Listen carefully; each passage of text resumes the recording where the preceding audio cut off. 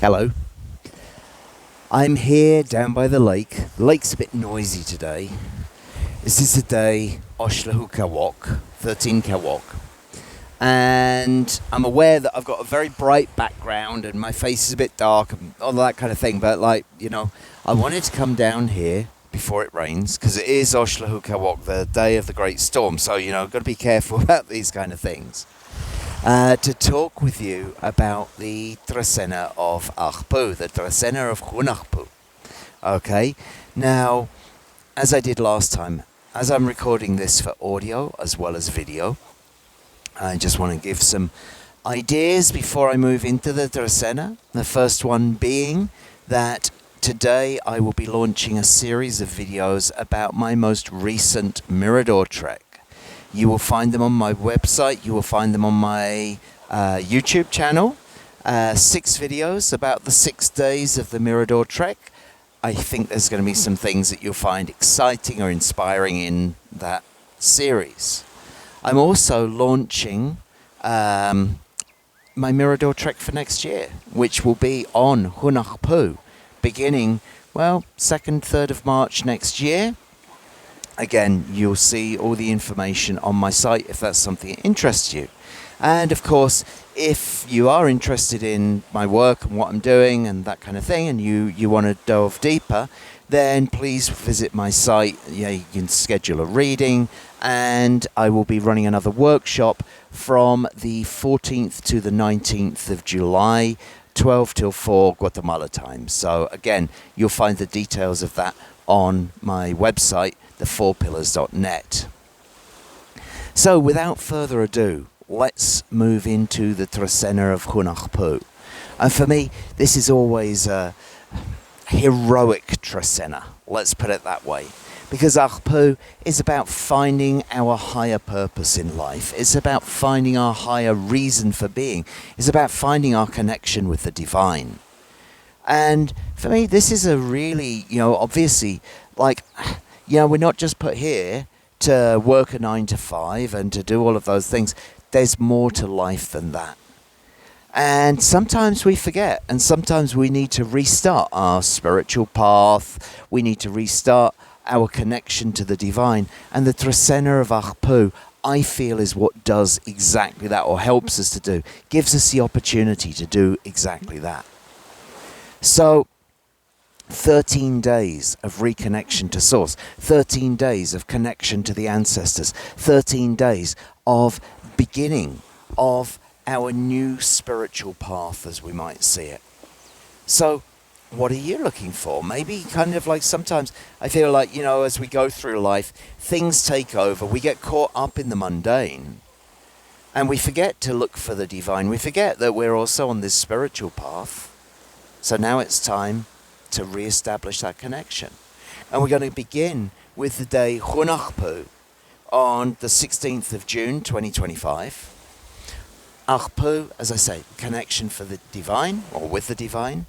And the number 1 representing potential, representing novelty, representing renovation.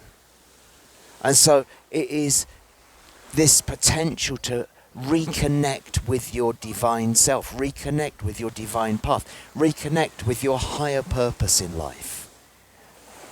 What a wonderful day to begin it. Now, you might need some advice because that number 1, like the seed, needs the fertilizer, needs the rain, as it were. Maybe this, kind of like rainstorm, which I'm sure will come in later on this afternoon, will bring, kind of the resurgence of the corn lord, as it were. But this is what we're here to do. This is what we're here to work with. And so when you think about it like that, this is a great day to, let's say, reinitiate your purpose in life, reinitiate your connection to higher purpose, reconnection to something bigger than ourselves. So I hope that this gives you the opportunity to do exactly that. Maybe if you've been doing a daily practice, but you've fallen out of sync with it. Sometimes we do. Things get in the way, or we have an injury or an illness, and before we know it, a week and then a month and then a year's gone past maybe. It's a great day to reinitiate whatever morning practice, whatever ceremonial practice, whatever connection with the divine you might have. Hun Ajpu gives you that opportunity to start all over again, to begin again. And so this could be a good day to engage with that potential. It might even be a connection with a new spiritual path. Maybe there are, kind of like times when you feel that you've researched or you've followed these paths for as far as you can take, and now it's time for a new one. And Hun Ajpu gives you the opportunity to be presented with a new spiritual path. From Hun Ajpu, on the 17th of June, we then move into Imox, to Imox. Okay, so to Imox, Imox representing the lake, representing the water, representing the dream, and here with the number 2, representing duality. It's the light and the darkness. And if we looked at it from the point of view of our connection to the collective, if we looked at it from the point of view of our connection with the dream world, we could understand that this has both its dark and light aspects. We could understand that what exists as dream can also exist as nightmare. What exists as a positive culture could also exist as a negative culture. And it's up to us to choose what dream we're following. If we think of it as our connection to the collective consciousness, what consciousness would you choose to be connected with? Because there is a lot of fear, there's a lot of darkness, there's a lot of anger, there's a lot of division, there's a lot of everything going on right now, right? And Tu Imox might be saying, let's choose your dream. Okay, what's your dream for the future? If you are the hero of your journey, what dream is your hero here to bring in? What dream do you want to be attached to? Because it's up to us as to what collective, what consciousness we want to be attached to. Do you want to persist with maybe something which is negative, which is complaining about stuff or whatever it might be? Or are you looking for a higher purpose and trying to find the light? Because Tu Imox may well bring those two consciousnesses, as it were, up for inspection and say, well, which one do I actually choose to connect with? Okay?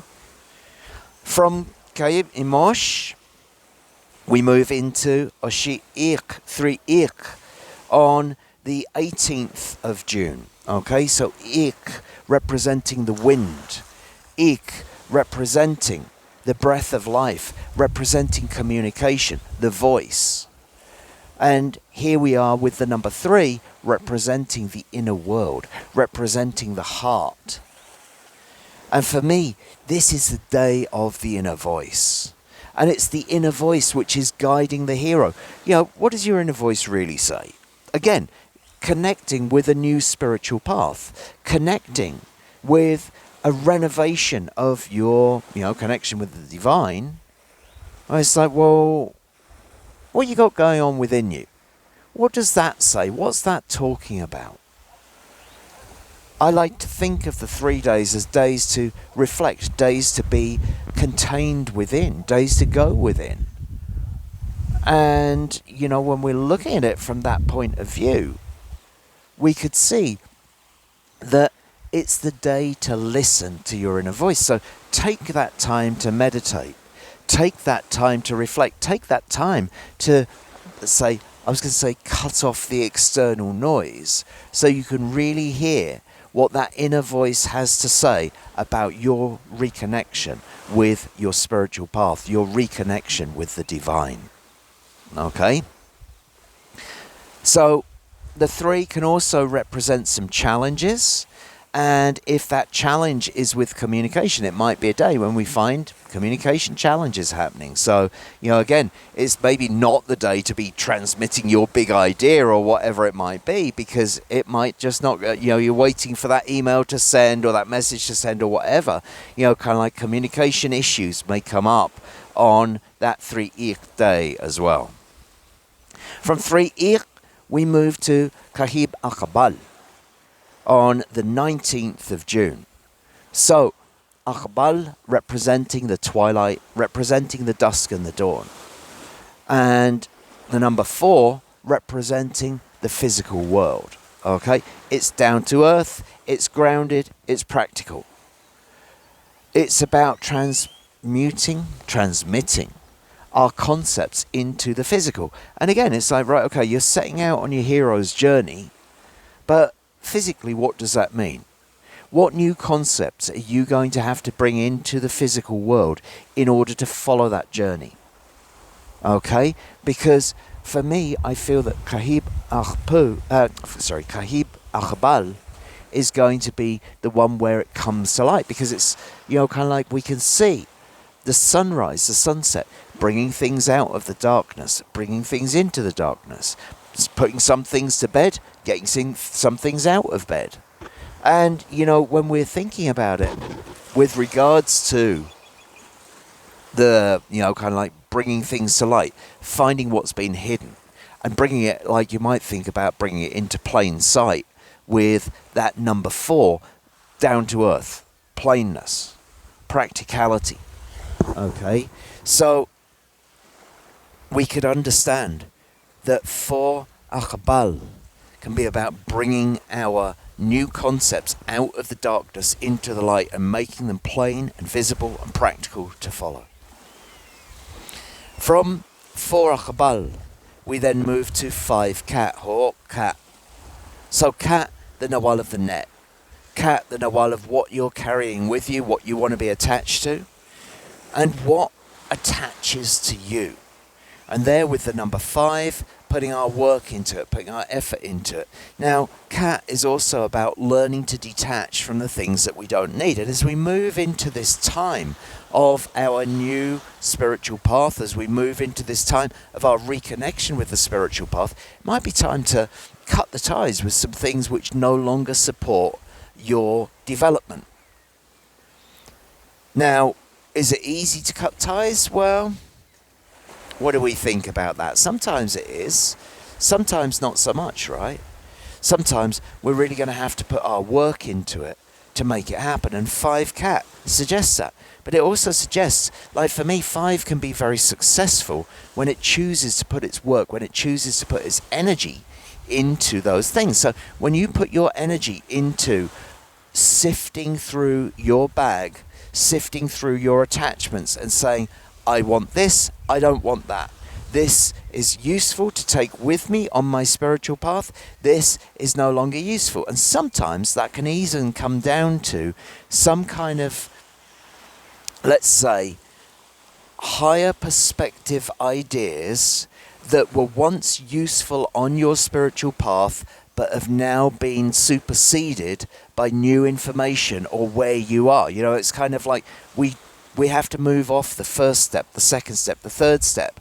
And whilst that first step may have been a great spiritual revolution, it's also time to move. We've got to move. So we've got to see what comes next. And in order to do that, we've got to release our attachment to that first step. So it's working out exactly what you need to carry with you in your bag for your spiritual path going forwards, and what you need to remove from your bag in order to make space for the new to come in. From Hokat, we move into Wakikan on the 21st of June, on the summer solstice. So we have Kan, the Nawal of power, the Nawal of wisdom, the great teacher that helps us to see through illusion, the one who empowers, that brings that body lightning to us, part of our spiritual journey, to engage with our body lightning, to understand how we can empower ourselves and others, how we can engage with teachers, how we can take on wisdom, but also how we can share wisdom. And here we see it with the number 6, the physical plane of existence connecting with the heart of the sky and the heart of the earth. So it's drawing on the divine masculine and divine feminine in order to manifest into the physical plane of existence. And for me, this is a really, really, I think is a really good balance day. Because we have Kan, which can be very powerful. Sometimes it can be too powerful. But here, with number 6, the number of ultimate stability. So this is stable, balanced wisdom. It's the ability to draw on the wisdom of the divine masculine, the wisdom of the divine feminine, in order to manifest it, bring it into stability in the physical realm.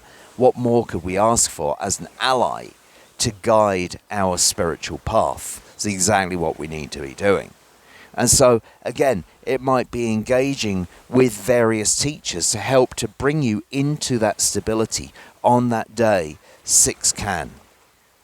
From 6 Can, we then move into 7 Kame. I always find it interesting how there are certain times within the calendar where we get these pairings, because Hun Ajpu or Hun Ajpu we could see as either the father of the hero twins or one of the hero twins, and then Aq'ab'al Kame we could see as one of the lords of the underworld. So these two characters are in the Popol Vuh, and for me the Popol Vuh is very much the hero's journey. It's about going into the underworld, facing your fears in order to come out into the light again. And so Aq'ab'al Kame, well, the 7 can represent choices, but it can also represent endings. It can represent death. And of course, Kame can also represent death. And so it's like the death of death. It's the end of the fears. And for me, it might be about facing our final fears. You know, it's kind of like if we were looking at it from the point of the view of the hero's journey, we could see this as kind of like entering the cave to face our great demon that's in front of us, or dragon, or whatever it might be, our greatest fear. Because that's where we then emerge again as the hero. And so, in the Popol Vuh, when the hero twins, Hun Ajpu and Aq'ab'al, have their victory over 1 death and then 7 death, that's when they have their victory over the whole of the underworld. So it's kind of like, once you've had your victory over 7 death, that's it, job done. Well, job done might be a little bit of a kind of like exaggerated phrase over it, but it's a great day for really finally overcoming something that you might be fearing. And, you know, as we step into that spiritual path, sometimes this is one of the things that scares us the most about what we might become, about the power that we might move into. Aq'ab'al Kame gives us the opportunity to, you know, like I say, finally slay the demon and move on. Or, you know, maybe even go into the underworld, go into the dragon's lair, have a chat with the dragon and emerge riding the dragon. Maybe that's an even more powerful way of working with what we fear. But one way or another, it's time to let it go so that we can walk into that higher realm. And so we may find things coming up for clearance. We may find the guidance of the ancestors that help us to finally overcome our fears. Okay? On the 23rd of June, we move into the day 8 Kech. 8 Kech, the renewal of the wilderness. The number 8 representing the ceremony. Obviously, there's some people behind me enjoying the wilderness right now. Not quite the way that I would choose to do it, but there we go. So, 8 Kech, Washikib Kech, is a very important day. On the 23rd of June, we move into this day, which is the initiation of the Chuchkahau, the day of the spiritual guide. It's kind of like the initiation of the higher level. It is the marriage to the wilderness. It is the marriage to the natural world. And this is a very powerful day of initiation for that higher level guidance. It is certainly a day for ceremony, and it is most certainly a day to get out into nature. However it might be that you like to get out into nature. Okay? At least we're not sitting in a room with our face in a screen, right? So, make your ceremony. Make your connection with the natural world. Give thanks for all that the natural world brings to us. Because not only does it bring us our food and our oxygen from the leaves on the trees, but it's also bringing us our understanding. It's bringing us our connection, and so it's really interesting that we go through that Wukub Kame, the final fear, then takes us into the initiation, into the spiritual guidance. And that spiritual guide being in connection with the wilderness. So, an ideal day to go out into the woods, an ideal day to go out into the mountains, an ideal day to connect with nature. From Washikipkir, we then move into Belahet Anil on the 24th of June. And another brilliant, bright, beautiful day. Anil representing the ripening, representing the yellowing. And here, combined with the number 9, representing the divine feminine and representing life itself. It's the ripening of life.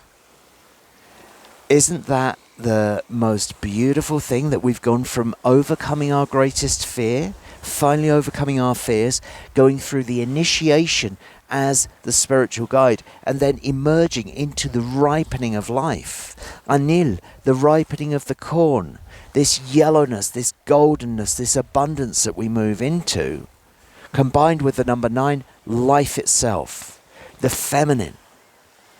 And so, kind of like this is maybe, in the hero's journey, kind of like emerging with the elixir in one way or another. Because we've done it, okay?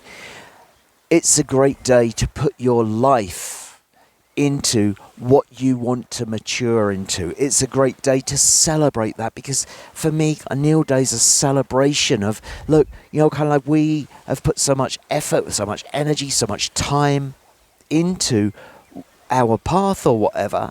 Let's celebrate the maturity of where we've got to. Let's celebrate this maturing of life.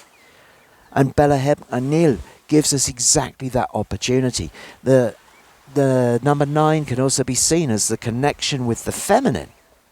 So it's the feminine essence that brings the ripening in this moment. The feminine essence that brings the maturity in this moment. And so for me, Belahet Anil can be a great day of great celebration. And really celebrating the ripening of life. That's what we've got as an essence. From Belahet Anil, on the 25th of June, we move into Lahu Toch. We move into the day of ceremony, the day of service, combined with the number 10, representing the 2 hands coming together, representing community. And this is something which I really see within that process of connecting with higher purpose. It's like, yeah, great, that's wonderful. Look, let's face it. We don't have to do it, right? It's our choice to go on that spiritual journey, to connect with things, to go on workshops and have a daily practice and all of those kind of things that we might do. But at the end of the day, what are we doing it for? Is it for a badge that says that we are this, that says that we are that? Congratulations, you've won the big prize, well done, front page news or whatever, that kind of thing? Or is it in order to serve our community? Because Ten Toch gives us that opportunity. Now, I hope that didn't sound too cynical about it, but it's like, what are we really going to do with it? If we go on that hero's journey and we move into that higher purpose, how can we use it to better serve our community? How can we use it to give back to those around us? Perhaps on our hero's journey, we've received guidance, we've received help from our allies, and Ten Toch gives us the opportunity to give something back to those who've guided us on our spiritual quests. It gives us our opportunity to give back, whether it's through the ceremony or whatever means it might be, for the guidance, the help, the allies that we have in our community. So, for me, that's the thing to focus on that Ten Toch day. How can I give something back for the assistance that I've received on my spiritual path, on my spiritual journey? From Tentoch, we then move into 11 Tz'i on the 26th of June. So Tz'i, the renewal of faith and loyalty and justice and law. Tz'i, the renewal of unconditional love and the renewal of authority. And here we see it with the number 11. And the number 11, the high number, the number 11 can be a slightly erratic number. The number 11 can also be a very creative number. But one of the things that we can see is that Tz'i, as well as representing the law and representing faith and loyalty, it can represent the vices. And perhaps in your spiritual path, you've had to overcome temptation on the way. And then along comes 11 Tz'i and says, oh, congratulations, Mr. Hero or Mrs. Hero or Ms. Hero or however we're going to put it. Well done, you've stepped heroically on your path. You've followed your spiritual path and all that kind of thing. But by the way, you remember this thing over here that used to make you feel so good? What happens when that pops up again? How are we going to handle it? How are we going to work with it? And so, as a day of temptations, those temptations may come in from all sorts of places. And it's like, okay, are we, have we really developed that mettle to overcome those temptations? Or is it still going to draw us off track? Is it going to take us off in some random direction rather than being focused on our spiritual path? Perhaps 11 Tz'i might bring those kind of circumstances or situations up to test us, as it were.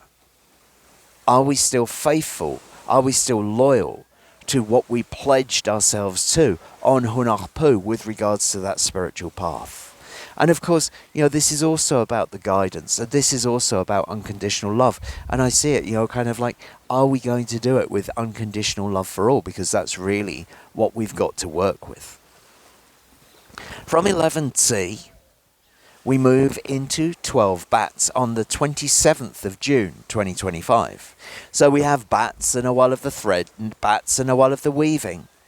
And here, combined with the number 12, bringing together of all of our life experience. And so it's like weaving our life experience together to create the masterpiece, to create something beautiful. Bats, the genius artist, the creator, the creative. And here, kind of like, what are we creating from? So maybe, like I often talk about the number 12 being like writing our autobiography, bringing all of our experience together. And bats can also be the scribe. So it might be a great day to writing part of that, getting it together. It might be also about your creativity and your creativity coming from your life experience. How you make it, what you make it with, what you're inspired by. All of those things coming together with 12 bats helping you to, kind of like create the masterpiece from it. Set the day aside for art, if you can. Set the day aside for your creativity. And base your creativity on your experience. Maybe that's the day to write down your hero's journey, how your spiritual path took you, to inspire others along the way. Because finally, we end the Trecena on the 28th of June, on the day Oshlahu the day 13 the day of the path with the ancestors, path with spirit. The number 13 representing the ancestors and spirit, the representing the path. So it's like the end of the Ajpu Trecena ends on the day of the spiritual path. So maybe this has all been preparing you. Maybe this is 13 days. So, I said it's about the reinitiation or finding your spiritual path again. Maybe that's what comes as a result of it right at the end. Maybe this is where, if we look at 13 as representing our connection with the ancestors or our connection with spirit, maybe this is where we get our guidance on the path. Maybe that's exactly it. Oshlahu keep your senses open, your eyes, your ears, for the way that spirit, the way that the ancestors might be guiding you on your path. If you've got any questions to ask about your path, today is a great day for a divination. Whether you need to use divining tools or whether you're just able to perceive from the ancestors What draws you forwards on your path? We could also see it as, kind of like, let's say, if the question at the beginning of the Hunachpu Trecena is, where do I go next on my hero's journey? Oshlahu may be the one that comes along with a very clear message about what takes you forwards on your hero's journey, what takes you forwards on your spiritual path. Now, the 13 takes us through the highs and the lows. Maybe it's going to guide us through both. But it's a fantastic day for understanding better the guidance we might receive on our path as we go forwards. So, I hope that has been of interest for you. I hope that has helped to guide you through these next 13 days. I've given you some ideas for where you might like to look, where you might like to engage. And I look forward to recording another session in 13 days' time for the Trecena of Ajpu. Thank you.